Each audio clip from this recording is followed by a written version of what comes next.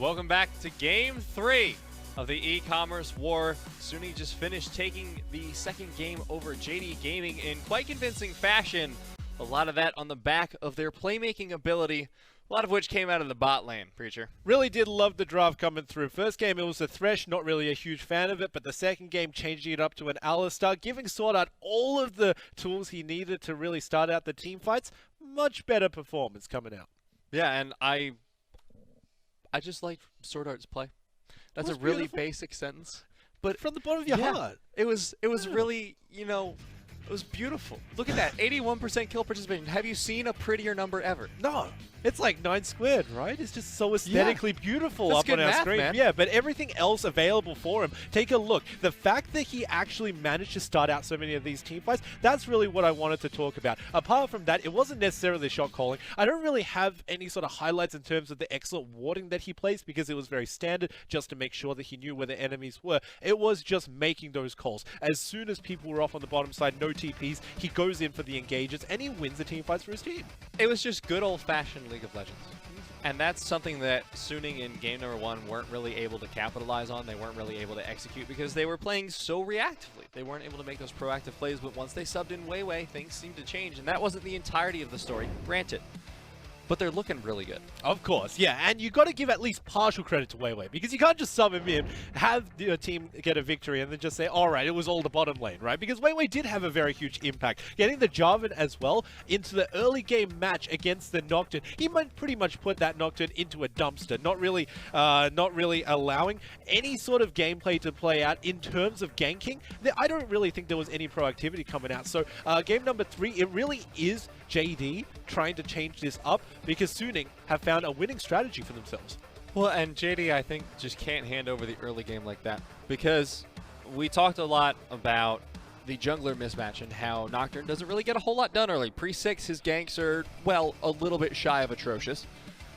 And that allowed Zoom to fall so far behind in the lane. He ended up being, I think, something like 40 CS behind in the lane alone, which is a ridiculous amount. If you had a jungler who was more active, who was able to get those earlier ganks down, that would not have been such an issue, because this is when you see Zoom have his most success. Some of his most successful games are when JDG just say, screw it, we're taking 3 of us. We're going top. Zoom, you are getting ahead this game. Sit down and just get ready to be carried, okay? You'll carry us late, but we're going to send 3-man gank squad up for you 3 times, and we're going to get you rolling that way. If by that you mean that some of their ganks down onto the top side are dirty and not as clean as we expect, then yeah, I would agree that they do tend to focus a lot on that side. But another huge thing that didn't really work out for JD was the pick itself in the Nocturne. I mean, Flawless is a mechanical player, right? And Nocturne doesn't really have too much outplay potential out on the enemy. Wow, I used a spell shield to block out a flag drag, but that was pretty much it. Other than that, he just needs to go on these early game aggressive champions. It was already the J4 taken away from him, but he could have gone on the Elise. We harped on about it because he has such a good record on it. Yeah, I mean, when you have a player who can play so many champions and so many early game champions well, I don't feel like the Nocturne gave them enough to justify what it cost them. And I don't know if that was on the execution side as much as it was on the planning side, but it's definitely worth considering. And I think in the top lane, you need to be more cognizant of what the rest of your map is going to be doing. Because if you do, we'll say, give up a little bit of that early game playmaking potential, don't give Zoom something that he could potentially fall that far behind on, because he's very good in the later stages of the game. Laning is not necessarily his forte. Yeah, and once again, look, if you don't want to draft something that can help him early, let him get ahead naturally early by himself. Put him on the Renekton. He's already shown that he can play that champion, and just let him go by himself. Another huge thing that didn't really work out for JD was the RNG, and I mean the random number generator for that game, because the first couple of dragons were Infernal Drake, which really did punish a Nocturne pick. If it was any other type of Drake, I could see it working. However, because it was Infernal, no pressure down onto that, no pressure down onto the Rift Held either. It was just nails into the coffin before they even lowered it. And I think for Suning as well, one of the reasons for their success was that they got Smlz the Ezreal, which is an incredibly safe pick on its own right, and that allowed SwordArT to go aggressive. That allowed them to not have to worry about him dying in lane, not have to worry about him dying in team fights. So this game, me personally, I want to see that Ezreal banned away. Well, if you don't ban it away, you can at least pick it out for yourself. We do know that Suning have a very high priority towards the ADC because they want to let Smlz have a good time. It is in stark contrast to how he's been playing recently, but then again, that entire last game was in stark contrast to how Suning were playing recently. So we have to see if they once again want to put pressure down towards the bottom side in pick and ban, or if they want to take their focus away from them. Seems like they think the biggest problem last game was Maple's Galio, and I don't necessarily agree, but I do agree that was a problem for them. It looks like Suning just want to give the Jarvan again over once more to Weiwei. Look, we pointed it out. I don't think it's necessarily going to happen, but JD, if you want to, the Lee Sin is available, and I would really like to see it happen simply because of the early game that Flawless can provide. If they don't want to go for that, all fine to them. Maybe an Olaf, but that takes a little bit longer to scale. You will fall into more or less the same traps that we have seen. Well, and one of the nice things about Lee Sin in particular is you can kind of let it fall down in the rotation. Who's going to ban it away? Pretty much nobody, because you don't really expect it onto Flawless, but, you know, generally the trend is to pick your jungle in the first rotation because it's just unorthodox to really leave it up for the snagging. Other than that, you really have to expect a change-up in the bottom lane. Look, I wasn't really expecting the Kaiser, but we haven't quite frankly seen her tonight, so it's really nice and refreshing to finally see this pick. I can't believe you just said a Kai'Sa pick is nice and refreshing after we've seen it like literally 100. It's fine. In this game. We've only seen it literally 50% of all games ever. But you're right. You're right. No, but all jokes aside, I am actually excited to see this because this is something that I feel like is a lot more in Imp's wheelhouse than the Lucian. It has the late game potential. It has the scaling. It has the safety. Here we go. Suning get a lot for it. They get the Yorick for XiaoAL, and they get the Alistar for SwordArT, more importantly. Ooh, I am excited for this Suning lineup already. They mix and match the first game with the second. The success of the first game was with the top side with the Yorick, and they get the success with the Alistar in the bottom side. I just want to see what JD do to necessarily respond to this, because I know for certain that the #1 priority for Suning is going to be split pushing, and the #2 priority is going to be team fights. They can try to defuse it that way with a Renekton. Well, yeah, that's the Renekton pick you were talking about for Zoom. We've seen him perform incredibly well on that before. Now I want to see JDG ban out the Ezreal, because that was such a big problem for them last game, giving Smlz a lot of safety if he mispositioned or something like that. But it looks like they're putting more priority onto the Lucian, which, fair. It's a very strong early pick. It is, but it also does mean that if you do ban off the Ezreal, there is still a Alistar wide in the open. I don't really think the ADC bans are the biggest priority for this team. And the Nocturne takeaway from Flawless as well. Look, I don't want to really kick a man while he's down, but I don't really think that Nocturne was the MVP play that deserves a ban. No, I would argue maybe that the paranoias were very good for them in terms of just denying a lot of vision if they wanted to run a Galio comp, but Galio's banned out. So I'm siding with you on this one. I'm trying to come up with good reasons to get rid of it, and I'm not feeling like they're there, but they seem to have a higher priority on that, and they want to take away the Tahm Kench as well, get rid of some of the safety for Kai'Sa. Yeah, none of that bottom lane shenanigans to make sure that Imp can have a very safe laning phase. No. Look, you never talk about hovers in the LPL because we know that these players have something that's very unorthodox inside of their champion pools, but the early game comes out. Look, I was talking about the Lee Sin. Back in Season 3, it was pretty much only Lee Sin, Elise meta. I'm happy to see this as well, because despite the fact that Elise can do so much in the early game, she still is a cocoon bot late game, which is very useful. Yeah, it'll set you up with a lot of picks, and especially when you have things like the Renekton, like the Lissandra, who do so well with the picking potential. It's a great combo out there. Now Suning gonna look to respond with their AD carry and their mid lane. Taliyah! Woo! Literal 0% pick rate. It was rounded down. It's been picked so infrequently here in the LPL. But once again, we get to see it on Maple. Now, Maple is a very seasoned Taliyah player. We've seen him in the LMS play this champion extensively because the core part of Flash Wolves was rotating down towards the other sides of the map to make sure that he can get the other parts ahead. Now that he's on this champion, I expect to see him do the same. Usually when you see people branch out, it's because they have a specific strategy in mind. He's tested all of them. Well, now it becomes a very interesting composition because it looks like you're going to have the hardest time running into the Suning composition. You have the Taliyah mid who can just throw rocks at your face. You have the slow Qs coming in from Ezreal as well. You've got the... Oh! Okay. You've got the Yasuo in response. So this is a series we've got on our hands. Oh! Oh, yeah. Oh, yeah. That's what I'm talking about. Wait a second. All right, I'm still happy Wait, with who's going support? It's Lissandra, this baby. Is a Lissandra Lissandra support. I used to play this, and I used to watch it. Samsung Wraith was one of the players who first came out with this, and back then you could go either Relic Shield or Spell Thieves. I'm not sure what you do now, but the reason it was useful was because you have a lot of lockdown, and when you build in your items, you can get that lockdown on a shorter cooldown, give you some sort of safety for your AD carry. Now, is it as good as it used to be? I don't know.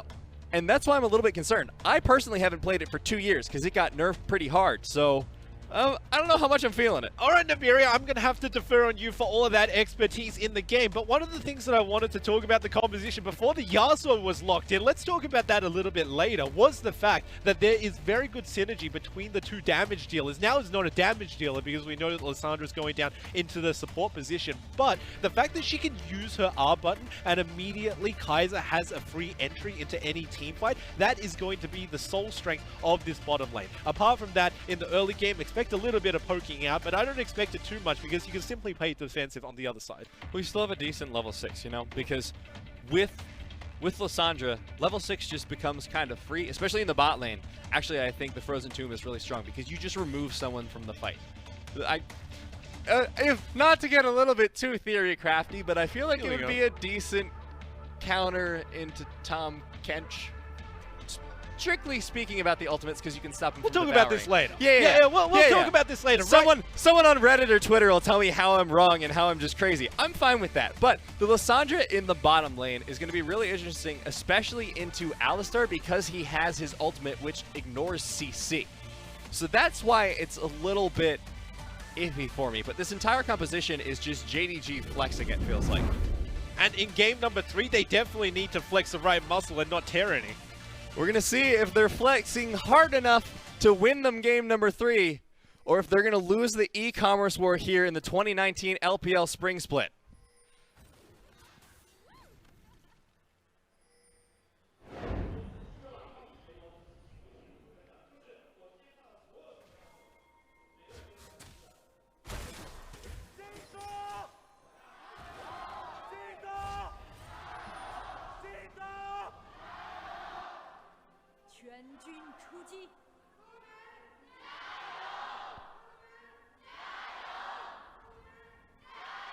Alright, the fans have found their confidence once more after a victory was put onto the table. They can finally start cheering for their team. Look, we were talking a whole lot about that Lissandra support. I totally forgot to mention the Yasuo in the mid lane. He picked this purely to try and counter the Taliyah coming out from Maple. But in all of that fray, you got to keep in mind, there are no other knockups for him. So the only way that he can use his ultimate is from himself. Well, I mean, that's the kind of self-confidence I wish to have one day. Be like, I don't need literally anyone else's help. I'm going to win this team fight by myself. But Yagao might do pretty decently into this lane. You know, he's got sustain. He's got the wind wall to block the poke. And you're telling me that you're going to be that player who locks in Yasuo blind, first pick? Nibiria, I'm not going to duo with you anymore, but we have to talk about the rest of the map as it currently stands. Look, the early game potential definitely goes towards JD, no doubt. They have a lot of the early game pressure and poke as well, despite the fact that LvMao isn't using it to his maximum efficiency. It's really up to Flawless to see how he creatively paths into these jungle parts, because another huge thing that you can do as Elise is you can use your sweeper and then repel onto a ward on the other side of the brush. And if you do it fast enough, your enemies can't spot it out because you're not displayed onto the minimap.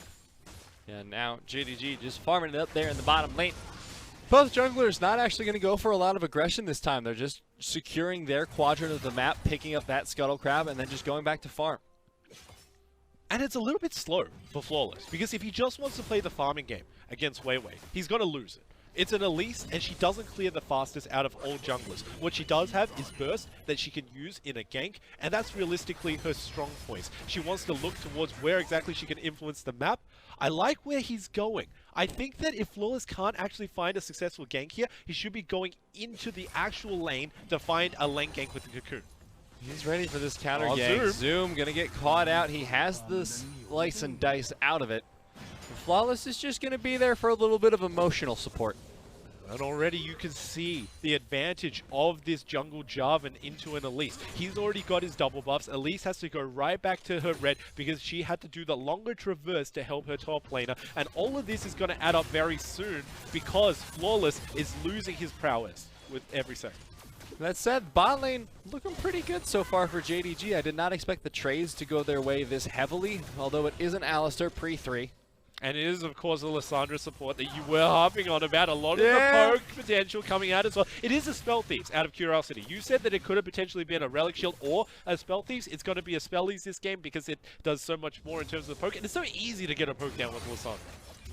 Yeah, but looks like Zoom is just getting hard targeted this game, and the slow will land from XiaoAL, as does the W. He flashes away from it, but Flawless is here now as well with the red buff. But not going to go for any scrapping just yet. Weiwei going to back off. It's also just really good timing coming out from XiaoAL. He knows to wait until the Slice and Dice expires before he uses it, always to its maximum efficiency. So we got to keep our eyes on the top side because apparently that's where Weiwei wants to play this game. He wants to make sure that XiaoAL gets ahead into a Renekton because we all know what happens for a Renekton who's down in lane. He can't really do too much in pretty much any stage of the game. And especially against a Yorick. I mean, Yorick with any kind of lead, once it gets to the mid lane game, once it gets to that 2 items, we've seen him be real scary. We've seen him take down Nexuses. Or should it be Nexi? Nexi? It should be something with a Nex. That went up to you. Yeah, we've seen him take down many Nexium. But this time, they don't want that to happen on the side of JDG. But Yagao having a little bit of struggle in this matchup early on, but at least has not died yet. Check out the mini-map because both of the bot laners of JD are now aggressing into the jungle of Suning with Flawless as well. They're going to lose out on a little bit of CS, but it doesn't matter because they're trying to find Maple. Flawless coming in, lands the cocoon. Brilliant usage there. Will force out the cleanse from Maple immediately to make sure that he doesn't actually get taken down. He's using everything in his power because realistically you can't even use cleanse onto the Yasuo knockup, so he brought it just because of Flawless's cocoon and using it in the picture perfect moment to make sure that he doesn't actually die before level 6 means that Maple will have a very good avenue into ganking other lanes. Yeah, Maple still not hit that level 6, but Yagao has on the Yasuo, so could see a potential scrap coming out there. But neither top laner has hit level 6 yet either. So if Maple wanted to go for a level 6 gank before the other laners hit level 6, might be a good time for it. But instead, Flawless wants to go for this gank down to the bottom side. Don't really think he has too much diving potential because LvMao can't be the one to necessarily take it up, even with the aftershock. But SwordArT goes in. Okay. Imp looking for a little bit of a trade back onto it. Popping the passive. Yeah, and it was also the Ignite as well, so not too sure what they were trying to get out of that, but Flawless finds the jungler. Gets the cocoon, there's the W follow-up, forces the flash out from Weiwei. Woo! And also steals away the big Krug. That was just disrespectful coming out from Flawless. He knows Weiwei's around there, and he knows that Weiwei doesn't have his smite either. Immediately steals it away for that little extra advantage. His patience finally pays off. And now the top lane, level 6 has happened. And Zoom is going to have a lot of trouble dealing with Yorick's wife. She is calling in a lot of complaints to the top lane department. This alligator is harassing her husband. And honestly, I respect a family woman like that. I mean, you come from the States. How often do you see an alligator in your toilet? You know, I don't live in Florida, so I can't say like every day. I honestly... I am glad that Yorick has someone there who will call this in for him, because I feel like he should have called it in himself. Yeah. Honestly, because if I see an alligator anywhere near me, generally my first instinct is just to run. Just to run? Yeah. You wouldn't even care about your apartment. Your apartment is just like gone. It's written off. No, I've given the apartment. At this point, I am paying the alligator's rent. All right. Okay. I don't know how many utilities he uses. Like, does he need extra water, or can he just like keep the tub full? These are the questions that keep me up at night. Well, XiaoAL doesn't have to worry about it because so far he's just a little bit down in CS, so not paying that much rent towards Zoom. You can take a look already. Zoom simply got his Tiamat ready to push the wave right back against XiaoAL. So while it is a little bit of a power spike for the Renekton, it's not 100 to 0 level where XiaoAL's just going to get straight styled on. And we just have to watch for the jungle intervention once more because in the early game, Weiwei has paid a lot of attention down to that lane. Flawless has been going for some cheeky ganks this entire game. He has the Moby boots, so he's looking for a lot of mobility. They want to catch him out. Ooh. There's the flash. There's the cocoon follow-up, and it looks like Maple might be caught out. Forced to flash on his own. The Ignite not going to be able to take him down either. Yagao goes into the dive under the tier 2 tower. That's going to be first blood. No cares in the world. He knows that she's low enough, goes in for an auto, an E, and a Q. That's enough to take her down. And Yagao with the first blood. We were asking, why exactly is this Yasuo here? No other knockouts on the team. Now we know why. He's playing for himself. That was just gross. I don't have many other words for that one, but Yagao will get the first blood, get a little bit of gold back in his pocket, and look at the CS lead. He has recovered the entire deficit, all but 4 CS that he was stuck with earlier in the game, and now we see Weiwei looking for the Ocean Drake at the moment. Doesn't look like it's been spotted out at this point. Yeah, the ward's over on the other side. You can simply EQ over and then EQ back once it's all done. Even if your bottom lane decides to join you, it's not going to be the biggest of cases because Flawless isn't anywhere nearby, and she can't even 1v1 necessarily. So the Elise isn't doing too well in terms of 1v1 against Weiwei. It's really the ganks and the cocoon that she provides that is a power spike. Forcing the flash again. Flawless. These cocoons have forced more flashes than they have times landed. Man. Like, which is so bizarre, as is the way I phrase that sentence, but it means Flawless is doing his job. Yeah, and he's definitely been doing it well, but he needs to start exploiting it, because if you do a full rotation of everybody's flashes and then you get back to the first person, it's as if you didn't really burn it at all. So Flawless needs to do a whole lot more. He should have enough faith that his cocoons are going to land, because so far they've been on point. They're looking for the dive here under the tier 2. I don't know if that's actually done on purpose by Suning to know that Flawless is around by pulling the Krugs, but if it was, then that's the smartest play of all time. This is such a ridiculous early game coming in here, and a lot of it's been enabled by the Moby boots on Flawless, but at a certain point, he needs to get back to farming. At a certain point, he needs to start getting more successful ganks. He's gotten 1 down, and he has burned a lot of flashes, to be fair. The only one left on the map for the side of Suning is Smlz's. And already, we can see a huge trade coming out on the top side. Nibiria, I think that this might be deadly. It's looking like it. There's a cocoon again from Flawless. These things are magnetic. The flash in from Zoom. He doesn't get the stun. He's tanking up the tower, but they won't be able to take him down. And very well played by XiaoAL to land the E onto Flawless. He knew that Flawless was the person to execute him, and Weiwei's here. Weiwei's here. He has hit 6, so he has the Cataclysm available. Yagao fighting with Weiwei a little bit. Maple's rotated up, but so has LvMao. He does have the Frozen Tomb. He's going to use it right there onto Weiwei, and it looks like he's going to be dead real quick. Straight taken down. He goes way too aggressive because he thinks that Flawless has already left the top lane after an unsuccessful dive onto XiaoAL. Didn't actually leave and bumps Weiwei out into the river where he still doesn't have a flag drag to get back over the wall that he came over initially and gets locked down. This is really good play here from Flawless, honestly. He's been able to get a lot done. I was kind of jokingly saying the only thing he's been able to do is force flashes. Oh no! Oh my! Imp is going so aggressive. Smlz soloed out by the 80 carry of JDG. This is an insane early game from them. Woo, and the disrespect, white flag coming out as well. Imp, what are you doing? This guy's got a family, but Smlz, he uses his E way too early, and as soon as he does, Imp pulls the trigger with his ultimate, jumping onto the other side so that Smlz has nowhere to run. I don't really know what to say about that. Yeah, there was no way that Smlz was getting out. Honestly, right now, the people I feel most sad for is XiaoAL's Yorick's family, because look at this. They had a Renekton just randomly in their house, a giant crocodile alligator thing, and now they've got spider infestations. It's not working out for them, is it? It really isn't. Someone needs to call someone else. Someone needs pest control. Yeah, I don't know if there's such thing as writing off where you live, but that's definitely what XiaoAL needs to do. I assume that was why you came here from Australia. You're like, screw it, these huntsman spiders are too big, I'm gone. I cannot handle it. Actually, no, I'm pretty nice with spiders. You know, I just catch them and release them, but you definitely don't want to do that against Flawless, because his ganking potential is way too extreme. This is a solo that we were talking about. He doesn't even know that there's no support. So this is just his natural instincts. Jumps in with E, he gets the damage down, and then gets it straight onto Smlz. No place to run, because he can't even E back onto his turret. I mean, take a look at that. That was just clean. Smlz wasn't even hit back. That was spicy. That was so... Oh no, Flawless. The cocoon lands again. Imp does not have the ultimate for a little bit longer. LvMao going to follow in. SwordArT might get knocked up here. Uses the Unbreakable Will. It's going to give him a lot of damage defense, but it's not going to keep him CC immune. And Flawless picking up a second kill. immediately you can see that JD are pulling this game back. So in the second game, they were playing way too indecisive, primarily because Flawless couldn't be a very huge impact onto the map. But we can already see that once you give him simply a cocoon and not much else, he can definitely get the rest of his team ahead. I feel like even if he didn't have damage in the Elise kit this game, he still would have had, like, the biggest impact of anyone on the map so far. 2-0-1, sure, but you have to think about all the times he's burned a flash, all the times he's forced someone out of the lane. And once again, this is the unfortunate infestation here in the top lane. The cocoon lands, unsurprisingly, onto XiaoAL. No one's able to save him.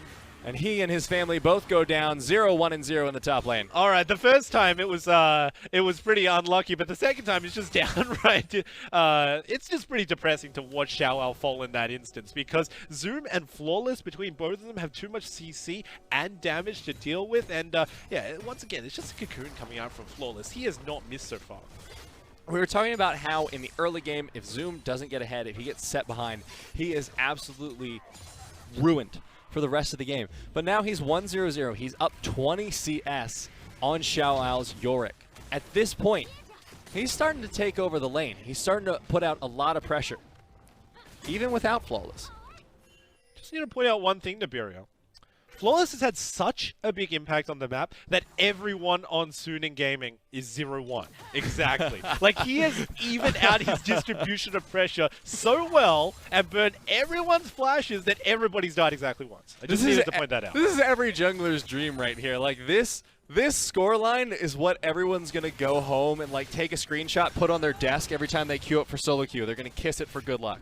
Course. And look, it's working out very well for this team because we were talking about the early game damage that comes out from Flawless. Not even the biggest issue. We were saying, okay, Elise is going to do early game damage, late game she's going to turn into a cocoon bot. She looks pretty good as a cocoon bot, so I'm not even going to put that into the bin. I'm going to say that JD, they're going to have a very good time scaling, even now, simply because of the early lead that they got.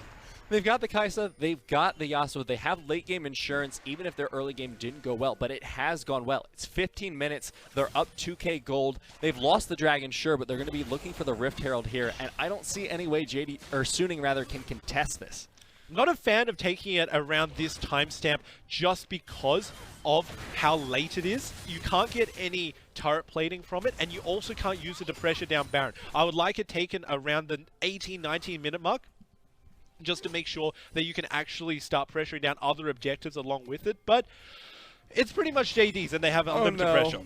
Oh no, Flawless is top again. Run, XiaoAL. There's Weiwei and also Maple. Oh, he's not going to land the cocoon for the first time this game, and Flawless is so squishy. No. They finally shut him down, heading over to Maple. Now Zoom going to be chased down a little bit. The Dumpling Brothers left all alone in the top lane. They had to call up Maple, but effectively, you do know that a rock can crush that bug, and Flawless gets taken down, finally, with that nice hefty bounty, which will put Suning a little bit back into the game. I mean, after all that's said and done, Nibiria, when you take a look at the gold differential, it's only 1k. It's nothing to write home about. And despite the massive lead in terms of the kills, JD, they're still fighting an uphill battle in terms of getting to the point where they can just 100-0. LvMao trying to get some damage down onto Maple. Yagao being forced back into the minefield there. Oh no, he's getting pretty low. Doesn't have the wind wall as well. LvMao is doing a pretty good job of zoning out. Has to use the Frozen Tomb to save himself. Flawless is here with the cocoon. Really? Good going gold in there. Oh no, Imp is trying to solo out Smlz again, and he is successful. The second solo kill this game for JDG's AD carry. What can you say about that, Nibiru? What can you actually say? This is just Imp having a game of his life. We were focusing so much on Flawless that we didn't even talk about the fact that Imp has 2 solo kills. Take a look at the scoreline for Flawless. 2-1-2. 4 kills, even though there are 6 kills for his team. You know why? Because there are 2 solo kills on him. I know exactly what you say to this situation for SMLZ. What do you say? Oof. There's not much else to say at this point. Oof. Yeah, this is the biggest oof. Like block capital's 72-point font, because Imp is solo killing him at every opportunity. Every time he's left alone, he dies. But at the same time, SwordArT has to have a chance to make plays across the map, or they're just going to lose. So Imp is just getting fed a 300 gold minion every time he has ult back up. And the saddest thing is that as opposed to game number 2, SwordArT is not finding the advantages in game number 3. We were talking about JD patching up their weaknesses, but let's check out this again, because there's not a lot to say. It's just a boom and a bap to take him down. Has to use the flash, so it's like a little bit not the cleanest, but at the same time, I mean, did that he was die? a tower dive. Did he die? No, No, it was a tower dive solo onto an Ezreal from a Kai'Sa. Had to burn both summoners, but the fact that it happened in the first place is just such a good indicator of Imp's success so far this game. And he should be very close, if not already succeeded with his Q evolve, the double pickaxe and Blade of the Ruin King coming out. It's just a dirty build coming out from Imp as well. He pretty much just wants to 1v1. That Blade of the Ruin King is for the lifesteal, and you know that he's going to use it against Smlz. This is depressing because now that he's had his fun and he's got his feed as well, Yagao, he's coming down for his turn.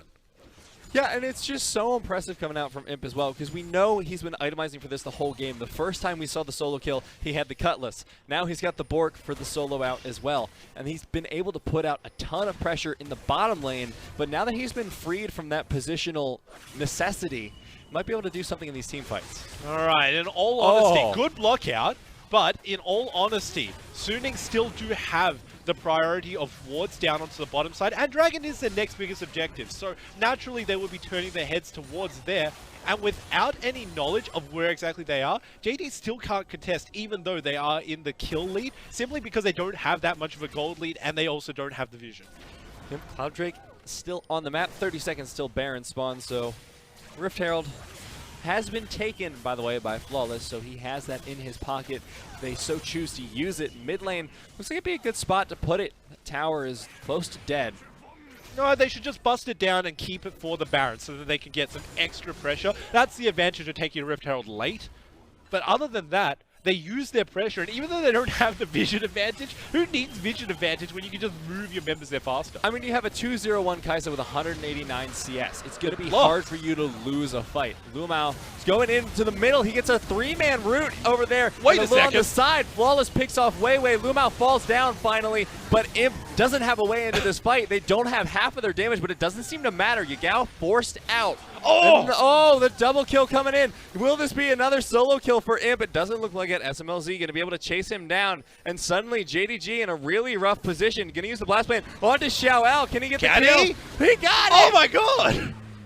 What a madman! Even in a bad situation, Imp manages to turn it all right. That was meant to be Suning's team fight to win, but JD more or less even it out for themselves because they go towards the bottom side, and despite Imp not having anybody to hit for the longest time, he still manages to get a kill. It's just a bit of a messy fight, though, I'd say. It is, and it's primarily due to the fact that they're all locked in by Maple. However, jumping over the wall and Yagao flashing as well, they know exactly where they want to go. Imp uses the blast cone over, but now he can't find a good spot to hit either Smlz nor Maple, so he's running around like a headless chicken. But after all that's said and done, he tries to find a good avenue out, he runs into their top laner, and let's just watch for that very cheeky outplay. Because here it is. Here's XiaoAL. Bam! Hit him up with the Q as well, and the passive. Blast Plant giveth, Blast Plant taketh away. And that second one, he was able to secure the kill with it. But now, 3-1-2, still on this Kai'Sa, still very powerful. And Yagao has gone for the Sterix Gauge second on Yasuo. So it's simply for the survivability. We know for certain that Yagao still does have a lot of trouble. We were sort of memeing about how he's going to be that solo queue god who just carries you to victory, but it still is very difficult simply because he's going to be the only one who has a knock-up on his team. So he needs to be very careful about how he plays these team fights. He needs to make sure that at the very least he can get his 3 Qs and then use that 3rd Q for the ultimate. Now the Rift Herald's been dropped in the bottom lane. Imp has picked up his Rage Blade as well. And Spear of Shojin should be coming in on Zoom. So now we got to take a look at what they do with this pressure. Obviously, being in the bottom side, they can start pressuring top, and especially Baron with it. Let's watch for JD's positioning. Zoom just trying to push alongside the Herald, wants to take out the Mist Maiden as well on top of it. That's a lot of damage on the Herald, though. They might not even get the tower hit with it. No. Oh, okay. Shut down entirely by XiaoAL, so good play from him. Yeah. And that's a little bit disappointing because I expected more of a push. In all honesty, Zoom could have just stayed right onto XiaoAL, and a 1-0 Renekton against a 0-2 Yorick, he can still do a whole lot of trading combined with the Rift Herald, but he decides to back off. The rest of his team decide not to get onto the Baron anyway, and it's just going to be a Rift Herald out of necessity rather than a planned one. Oh, that's a shame. Okay. You hate to see that. Maple steals away the red buff from Imp trying to take it. And now the game has slowed down a little bit. It's hard for it to not, but it's 23 minutes in. The gold lead has evened out almost entirely, and JDG still in possession of it, but only 1K this time. Taking stock, the gold lead has now pretty much dissipated. So it's even across the board for all of these players. And the most crucial thing when everything is even is how are the teams set up? Because Suning has such a good amount of ward coverage on the top side around the Baron. Take a look. It's littered within the jungle of JD. And they will know whenever any member decides to walk in. Even from the mid lane, because they've got the shove, they will easily be able to detect. So this is very dangerous to JD if they want to potentially contest a Baron. Now, because things are so even, a Baron cannot happen without a pick first or a one-team fight. So both of these two teams know that and are eagerly looking forward. That said, I mean, if you want to go for a team fight, Yagao's headed towards 100% crit. You've got the 2 items on Imp, and he's got at least 1 Evolve present already. So they are both hitting their power spikes fairly soon, if not already. Checking back in rather with the Lissandra support. Seems to be doing pretty okay. Setting up well and has hit up the Zeke's convergence to try and help out his AD carry.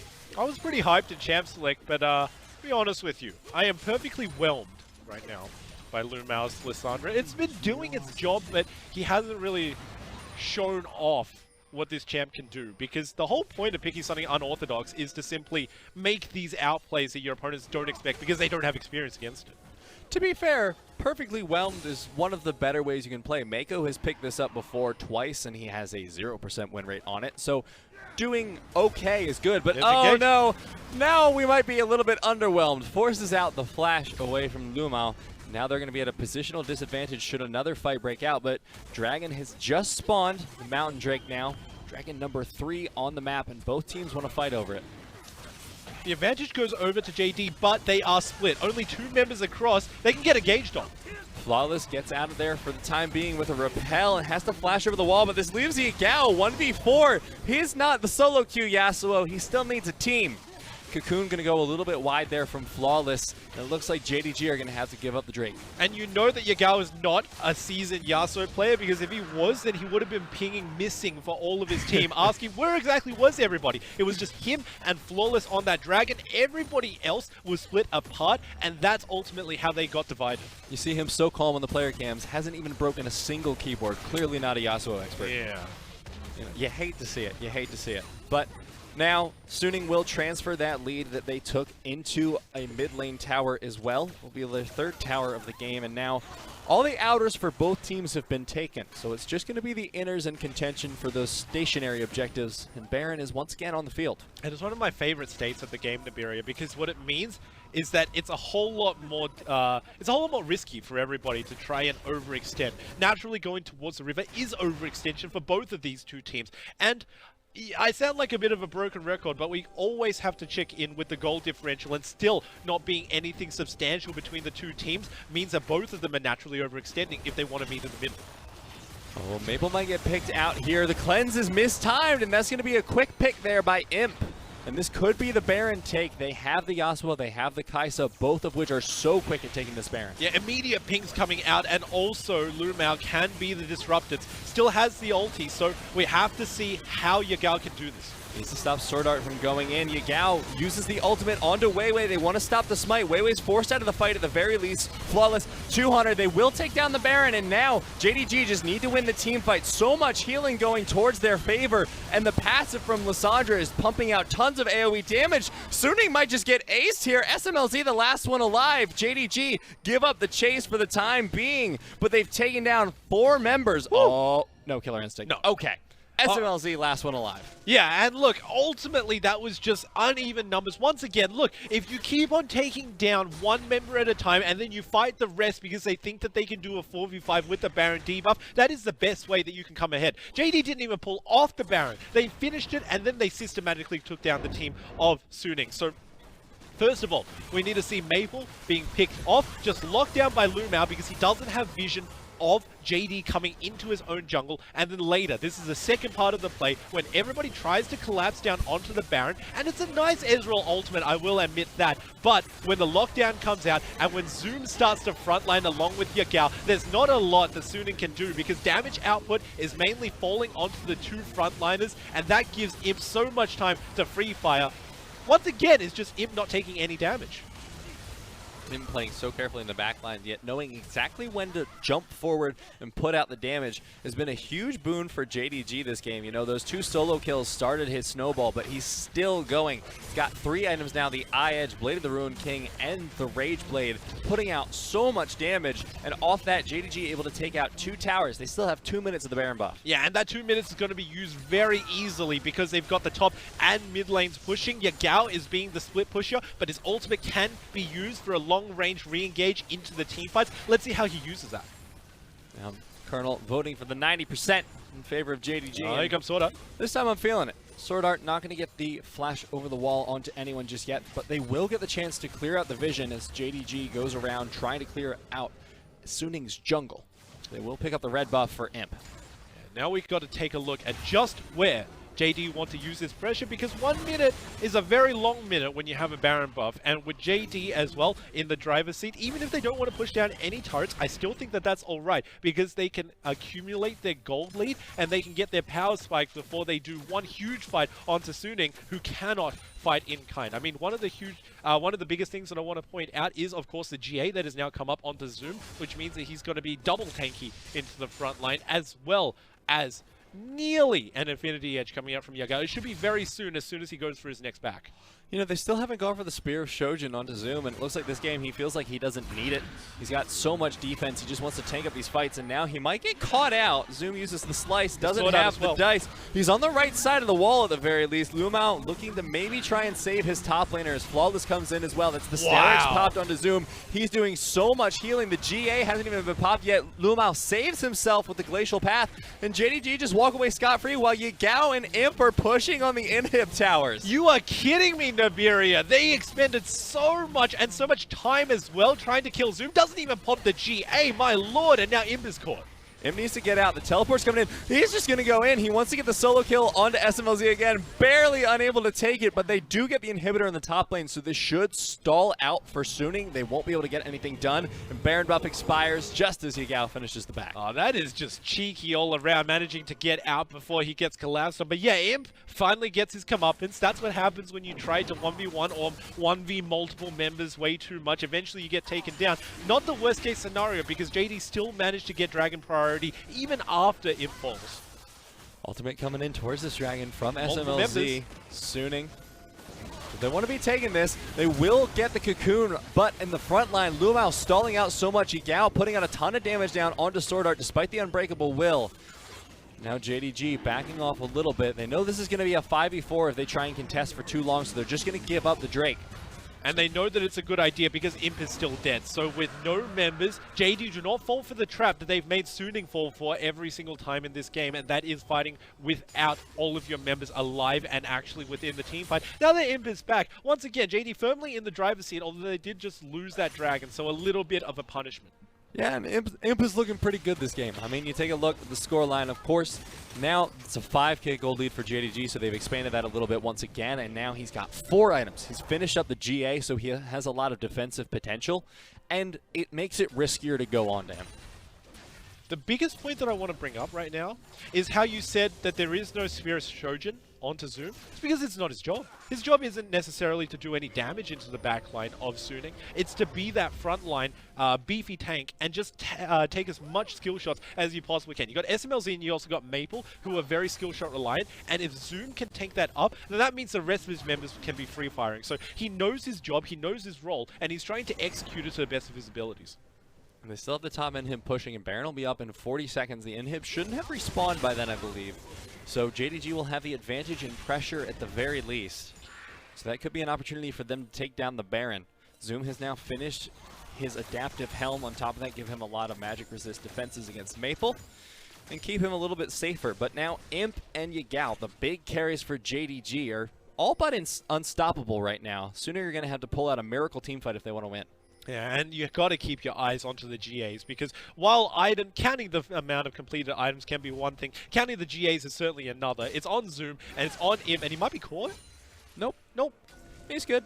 But there was a huge giveaway for Suning, so now they can no longer hide into that brush to try and catch somebody out. Oh, it's a lot of damage on the Flawless, but doesn't matter. Not going to kill him. That's how much damage you need to do before it matters against this team, because most of them have sustain, and if they don't, I mean, they can kite you. Look at that, already back to full HP, and it's as if nothing happened, although there is a cooldown on Ezreal ult now. Yep, Ezreal ult on cooldown. JDG are just playing so carefully around this Baron. Neither team has really been able to establish strictly superior Baron vision, but both of them want to make sure this isn't a point of contention for the other. And Imp still looking for the perfect opportunity to Killer Instinct in. You know he's hungry for blood. Obviously, but there is no good scenario for him anymore. Smlz is never going to be alone. It's at the part at which he has to be the backline for his team. SwordArT, it's as aggressive as he possibly could have. Oh! Speaking of, there's the Killer What? Instinct. Imp is just like, I'm ready to go, buddy. He's going to look and try and stop the engage here from Weiwei. Weiwei maybe getting a little bit too aggressive there. They will take out LvMao on the side, which means that JDG are down a member at this point. They're trying to kite back, but they need to get a response kill if they want to make up for the loss of their support. All right, if you have to blame anybody, you have to blame Imp for that, because he used his ultimate in order to engage. LvMao had to follow up over the wall, and he was just effectively stuck in 5 members as a Lissandra support with no real tankiness to his name. So not really sure what Imp was trying to look for there. It was good in terms of aggression, but baiting in your teammates, definitely a no-no. Now they will have to wait for at least 10 more seconds before they attempt something like that again. The Elder Dragon will be up in 1.5 minutes, so this does... You do have a split decision at that point. Do you want to go for the Baron, or do you want to go for the Dragon? That might be something that Suning can use to get themselves back into the game. Suning also had that advantage throughout their loss, even because they had the superior dragons. However, now, I think that what they're trying to do is simply to establish vision control. Because if they can lock down who is on the other side of that wall and who can potentially jump over to steal away, then they can start running interference, especially with SwordArT, who needs a target in order to use his combo. That's going to be the most important factor for them. Now JDG going to start up the Baron. Will be spotted out. Suning have vision. They don't want to get the worst end of this fight, because if they lose the fight, it's pretty much over. Yeah, but Smlz is not anywhere close by. So if JD know this, and if they call the bluff, then they could potentially find something, but now he's finally with the rest of his team. Short windows for opportunity here for JDG being missed once again. JDG, they have very strong carries. They have a ton of damage, but they just haven't been able to find a team fight that they need to execute on for the past few minutes. And it's starting to stall out the game. Suning now only down by 3,000 gold. They're up 2 dragons, and they're down 4 towers, so that's a lot of gold just sitting on the map. And there's no huge priority anywhere else in the area. I mean, there's not a whole lot of side lane split pushing. Now that Smlz has used his ultimate onto the bottom lane, it's going to be even less, which means that JD have to commit some resources to push that out and make sure that it's pressuring the bottom lane. And that could potentially take him away from very careful objectives, because you can't take your eyes off the prize. You go to the bottom lane to push it, but that can't be your main objective. Yagao was potentially trying to consider taking down the Elder Drake by himself, but a little bit ill-conceived there. Standard Yasuo player. I mean, he's learning very slowly. Yeah, he's truly learning what he needs to do. He needs to use his emotes a little bit more. Oh, but Suning, they called a bluff and they actually go in. All 5 members are over here, so JD are going to find a really tough time, but they want different things. They just want to go for the Baron. They figure that even without the Elder buff, I guess they think that they can win the fight, but if Suning get here fast enough, especially with Maple's mobility, this is going to be a big problem for them. Oh my god. That wind wall, pulling so much weight. Wow, it just completely blocked it out. Maple wanted to ride it, no can do. Smlz wanted to chunk him out, no can do either. But now the inside track belongs to Suning. They can take this down very easily, but any more, they'll have to fight for. They do have a good side for fighting. You know, they have the Elder Drake, which gives them a ton of damage, but it's against the Baron buff. There's no vision. JD do not know that they're over there, and they opt to back for it as well. This is awkward because Elder buff, the first one that you get, does not last that long. You can already see on the top right, it's less than 2 minutes away. And realistically, JD, they can stall it. All they need to do is push and use the minions, especially the cannon ones, with the Baron buff, to siege down these objectives. They don't even need to touch anybody. Yeah, they got an extra minute on duration in comparison to the Elder buff, as you said. And now, I mean, at this point, how much does how ahead Imp and Yagao were matter? Very little. Because once you start trading objectives, once you get to the point in which both of these two teams are standing steady, it was a 5k gold lead, I just need to say, for JD, but it's now been tamed back to less than 3k. Everything is just so damn even in this game, Namiria, and if ever there was something that was very indicative of the series, and it would have to be the gold graph, because it's just been so steady in the middle for both of these two teams.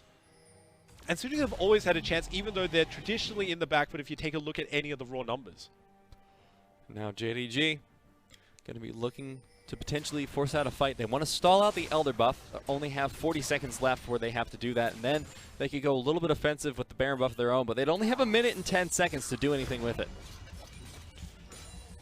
Neither of these two teams are opting for anything ridiculously aggressive. They know what's on the line.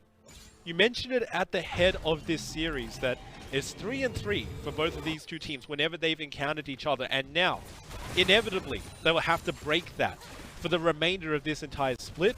So a lot of pride is on the line as well as the victory. And I mean, even within the split, this matters for both of these teams. If they were just playing literally anyone else, I mean, Suning are right on the edge of playoffs. They really need this win to ensure that they have a better shot at it. JDG fairly secure in it, but you can always go with better seeding. You can always go with a better chance to make it through the playoffs. And Zoom needs to survive this if they want to still have a chance. Yeah, but he can just dash out of every single wall that XiaoAL throws. So one of the advantages of this is that JD know there are 5 members and they push top. Push top, picking up the inhibitor quite easily. And now they have Imp pushing down the middle lane as well. This might just be 2 inhibs for free because look, Taliyah and Yorick both have not backed yet. So they're just going to back out for JDG. And now they've picked up 2 inhibitors and nothing gotten back for Suning. Yeah, and Suning wanted to find a pick down onto Zoom, but he's not the correct person to try to find a pick down onto because he can always jump out of any trap that you can lay for him. And now with both of those 2 lanes pushing, this could be the start of the end for Suning because there's just a straight 5-man from JD onto the bottom lane. Yagao takes down the Mist Maiden, and now JDG have the advantage of the push down into the bottom side. Baron buff still on for 10 seconds, so it should be long enough to take this tower if nothing else. Then they have a full wave with which to take down the inhibitor tower if they so choose, but it looks like at least a few of them just want to back first. Well, Baron buff is expired, you're not really pushing with anything, and you might as well use the gold that you just picked up for your superior pressure in teamfights. Another huge thing that we do need to point out is the fact that now, with all of that pressure in the top side of the map, it looks like just a very clean finish out from JD if they want to play it properly. Because they've gone back, they've got pretty much full items on nearly everybody. And the people who don't matter, like for instance Flawless, he's just now become a Cocoon Blood. Still very good because of the early game. Yeah, he doesn't really need to finish out all those items all that much. He has the Morellonomicon to stop any healing. That's about all the utility he's going to provide for the rest of the game alongside the Cocoon. So he's going to be sitting happy on those items. Zoom full items, like you said, as is Imp. Yagao maybe could finish out that Merc Sim, and that'd be a nice pickup for him. But again, it's relatively speaking does not matter as much as just having the QSS. Really now it's all up to execution. Yeah, and it's also the GA advantage I was talking about a little bit earlier. The fact that you could die and then come back alive is not to be underestimated. It is a better item than others if we're talking about a straight team fight in which people do not give up and do not get out of the situation. Staring over at Suning, not a lot of GAs. I don't see anything, so that could definitely be a punishing factor if there is a straight 5v5. Yeah, three GAs up for JDG. And they also have advantage in the gold a little bit still, but the gold stopped mattering a while ago. But look at the vision, more importantly. That red buff quadrant for Suning is absolutely lit up by JDG. They know everything that's going inside of there. Yeah, They've been ordering lights with their own products. Yeah, they need it too, because if you look at the timers, Elder Dragon's going to be up in just 40 seconds. Similar timing for the Baron. So it might be a race once again, Elder versus Baron, and this time, honestly, JDG feel like they can pick either. Yeah, and it would be better if they could deny away the Elder Drake, because second Elder Drake for the same team consecutively is much more painful because of the duration. So Suning naturally have to fight for their lives when they fight for this dragon. LvMao just clearing out the wards now. Yagao as well. And Zoom is just keeping the pressure up in the top lane, just wants to make sure that there is still a threat onto Suning. And finally, XiaoAL has opted to go down bottom as opposed to continue split pushing with Zoom top. Zoom is finally recalled, and now he has TP to join this Dragon Tape. Has the control ward? Well, not anymore. Has to have something to TP onto there. All the He way up finds inside. something to 1800 on the Elder Drake. It's secured by JDG. And now Zoom might be looking for the engage. Instead, they're just going to rotate around. Suning know that they cannot fight, but if they just give up this Baron, then it's a very slow death that they've chosen for themselves. It's the desperation Baron defense there coming in from Suning. They need to get the perfect engage, the perfect pick, and, well, they might be able to get LvMao. Oh, good Ring of Frost there to keep himself safe. 6,000 on the Baron, 4,000, 2,000. They will secure it, and JDG now. Zoom flashes in, goes in for the engage, and Imp, ever eager, going in with the Killer Instinct, trying to put out the AoE damage. He's able to stay alive for the time being. They pick off 2. Now, Smlz gets out of there. SwordArT and XiaoAL as well, but that is only 3 members remaining to the 5 of JDG. And the idea was you needed to fight over the Elder Drake, because if you give that up, then there's not a whole lot that you can get in return. We already see JD taking that down, Baron as well, and it's all formalities at this point. JDG just looking to finish off the game. They have both the Baron and the Elder. The flash in from Flawless that gets the Cocoon. Unsurprisingly, they take him down, but Imp still pumping out the damage. XiaoAL gets down to half. Smlz has the GA still available, so he is a threat to be dealt with. JDG have to be very careful with the rest of this push. They Zoom's only slow. have 4 members remaining. Might be able to pick off Zoom with the GA. SwordArT with a great knockup, but it looks like Yagao is able to pump out more damage, and Imp as well, going ham in the back line, trying to take down Smlz. They will force away his GA, and the Nexus goes down. JDG have won the e-commerce war for the split. They show that they are the superior team, coming out not only for the split lead, but also showing down Suning that they are the better telecom victor. Of course, you've got 4 versus 3. So, you know, what else is there to say other than the fact that Jingdong play a very slow and methodical game in the very 3rd series? You got to give praise to them, because even in the game that they lost, they immediately pick up what they did poorly and they patch that up. A scary team indeed, and I look forward to seeing them continue to make their run. E-commerce war never fails to please, you know, and this time JDG just came out with a great game 3 and played it so unbelievably slowly after an explosive early game. You know, everyone showed up for this series. LvMao with a fairly off-meta pick. I say it's been picked, I think, 3 times total.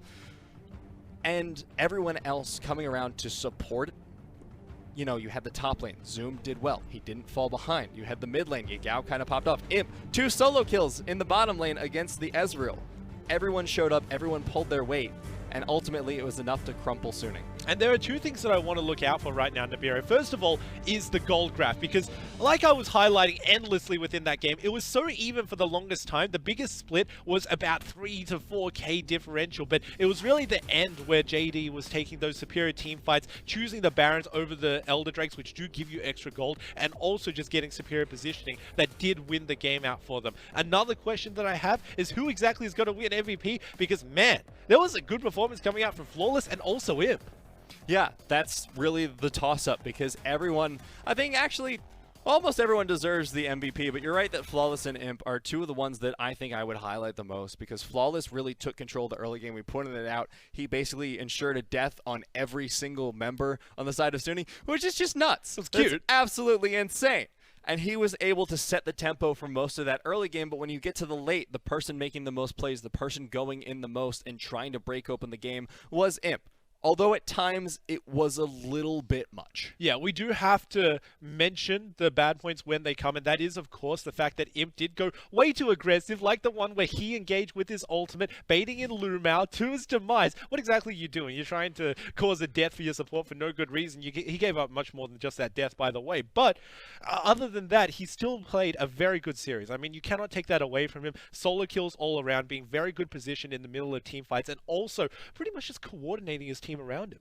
And it's important to look at the implications of the results of this series outside of this split. You know, now JDG are 8-3, so that's great. That's awesome. But Suning are having a little bit more of a struggle. They need to make sure that they can get it into playoffs. I believe they're now 5-8, if I'm remembering correctly, somewhere in that vicinity. So they still need to, the bare minimum, we think, is 6 wins. Below that, you're not making it into playoffs. You're not going to stay in the playoffs. So they need a win coming up in their next series. So they need to clean it up a little bit. They were close against TOP. They were close against JDG. They need to go from close to actually winning. That's exactly what I was about to ask. They do look better, but there are still huge questions looming over Suning Gaming, because they were placed fairly highly in our power rankings at the start of the split. We looked at their lineup and we said, this is a team that can go very far. Importing 2 players from the LMS who are seasoned experts, they can do a whole lot for their team, but unfortunately they fell into a bit of a rut, falling into that huge 5-match losing streak. Looked like they were about to come back, but then they started falling again. So big questions. They're looking better, but they just need the W's. I think they just need to keep SwordArT doing what he did this series, because yes, that third game wasn't exactly as strong a performance from him as the first 2, but the fact that we can say that means that the first 2 were pretty darn good. Yeah. You know, he was able to, even in a losing game, get a lot of picks from the Thresh, open up a lot of opportunities for his team, and in game number 2, the Alistar was a lot of what won his team the game. It's what got him the MVP.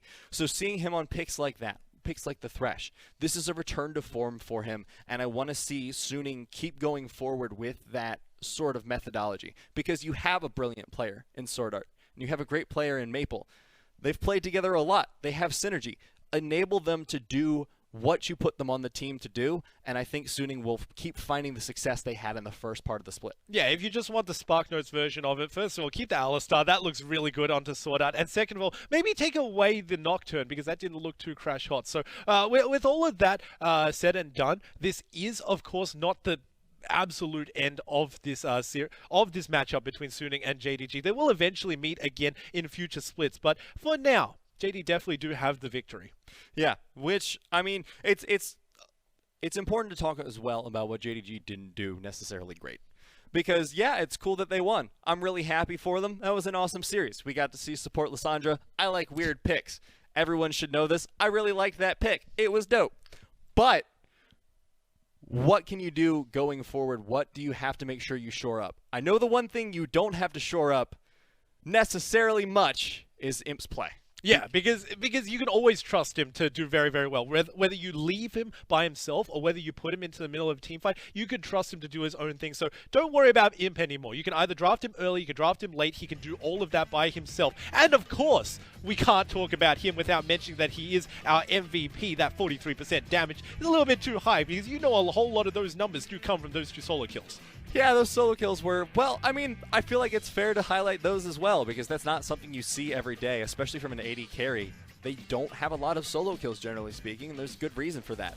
And the 80% KP, I mean, Imp was just a monster this game. Yeah, this was the very first one. He knows that Smlz cannot jump out, and using the ultimate to position himself behind, that was beautiful. The second one round, it was a very classic tower dive. Yeah, he had to use a whole lot of resources like his ultimate and also the flash heal to make sure that he didn't die from the turret shots, but hey, stall points are stall points. I mean, honestly, if he just hit the W during that dive, I don't think he would have had to flash or heal. So I'm going to give it to him, just assuming he was assuming he was just that good that he could never miss a skill shot ever, and I like that kind of confidence. It's good to see. Does sound like him. Yeah, especially in an AD carry. It's just like, okay, Imp, all right, cool.